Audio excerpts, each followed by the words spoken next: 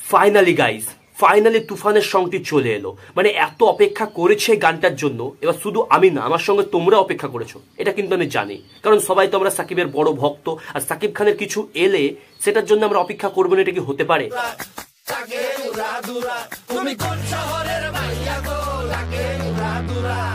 আমরা সবাই অতি আগ্রহ নিয়ে বসেছিলাম যে কবে সাকিব খানের এই গানটি আসবে, এবং ফাইনালি এই গানটি চলে এসেছে। এই গানটি রিলিজ হওয়ার পর আমি এত খুশি যে ভাবলাম এই খুশিটা তোমাদের সঙ্গে একটু শেয়ার করি, তাই হালকা করে বসতে পড়লাম গানটার রিয়াকশন দিতে। আশা করি তোমরা শেষ পর্যন্ত দেখবে এবং এই গানটিকে তোমরাও এনজয় করবে। তাই ধৈর্য ধরে বসো, প্রথম থেকে শেষ পর্যন্ত দেখো। আজকের ভিডিওতে সাকিব খানের এই সংটিকে আমরা রিভিউ করতে চলেছি। So let's start.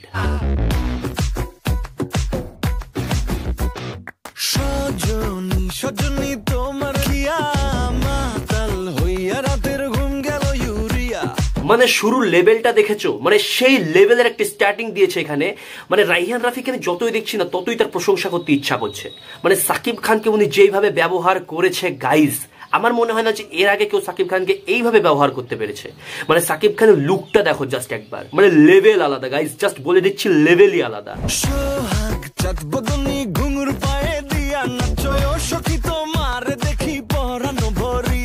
এর মানে এই সিনেমাতে আমরা সাকিব খানের কিন্তু অনেক রকমের অবতার দেখতে পাবো। মানে দেখো সাকিব খানের একবার আমরা দেখলাম টিজারে যে বড় চুল, আর সেই লেভেলের ছিল টিজারটা।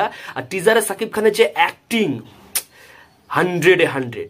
তো যেখানে ছিলাম যে টিজারে ছিল সাকিব খানের বড় চুল, এবং এই গানে দেখছি আমরা সাকিব খানের কিন্তু হালকা একটু দাড়ি এবং সঙ্গে মডারেট চুল। তো সেখান থেকে আমরা বলতে পারি যে সাকিব খানের কিন্তু এই সিনেমাতে আমরা 2-3 রকমের অবতার দেখতে পাবো।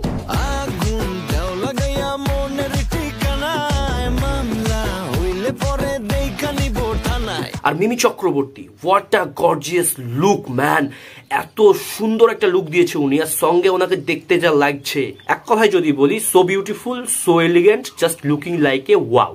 রইলে তোমার কাছে মন লাগে ফুরফুরা, দেখো তোমার জন্য পাগল জুয়ান থেকে বুড়া। অনেকটা শোনা হলো এই গানটা। এবার এই গানটা রিলিজ হওয়ার আগে এই গানের একটা ছোট্ট টিজার রিলিজ পেয়েছিল। সেই টিজারটা দেখে অনেকজন বলছিল কপি, নকল, এই গানটি নকল করা হয়েছে।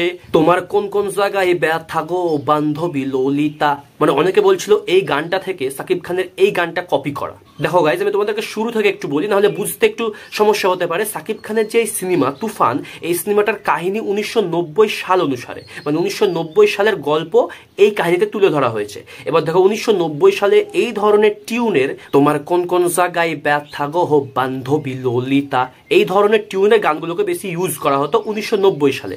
এবার তুফান সিনেমাতে ওই যেহেতু 1990 সালের কাহিনীকে দেখানো হচ্ছে, তার ফলে কিন্তু ওই রকম একটি গান রাখা হয়েছে।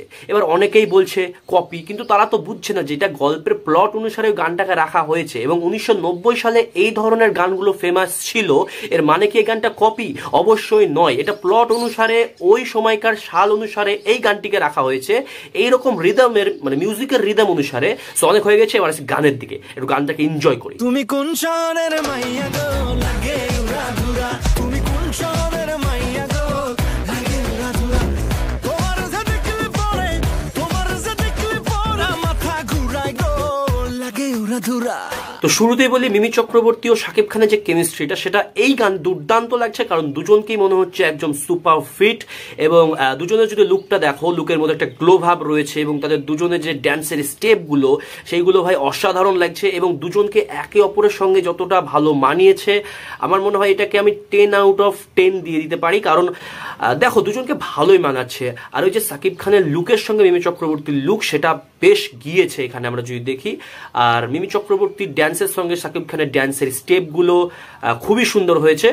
যদি আমি এটাকে বলি যে এক কথায় যদি বলি, so beautiful, so elegant, just looking like a wow.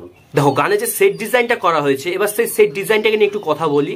এই গানের যে সেট ডিজাইন এবং যে ব্যাকগ্রাউন্ডগুলো ইউজ করা হয়েছে, এক কথায় যদি বলি সুপারব ছিল।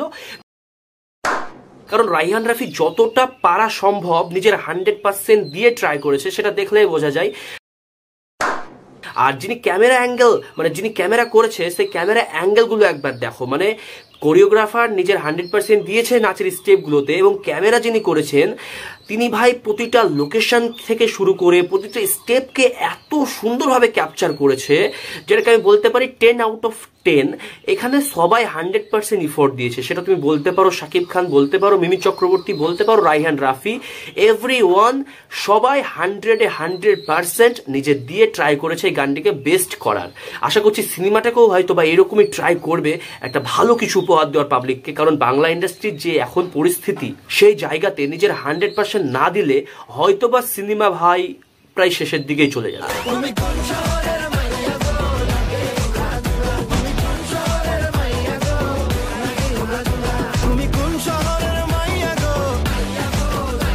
দেখো আমার নিজের কিন্তু গানটা খুবই সুন্দর লাগছে। এবার তোমরা কমেন্ট করে জানাও যে তোমাদের কেমন লাগছে গানটি।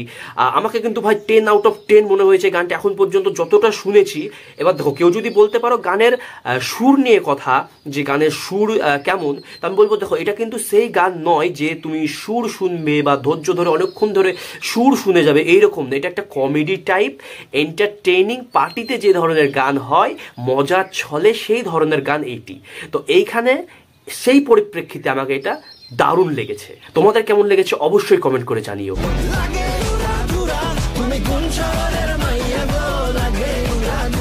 সো এই ছিল আজকের এই ভিডিও। জানিও তোমাদের কেমন লাগলো এই গানটি এবং এই ভিডিওটি, আর গানটিকে তোমরা 10-এর মধ্যে কত দিতে চাও সেটাও কমেন্ট করে অবশ্যই জানিও।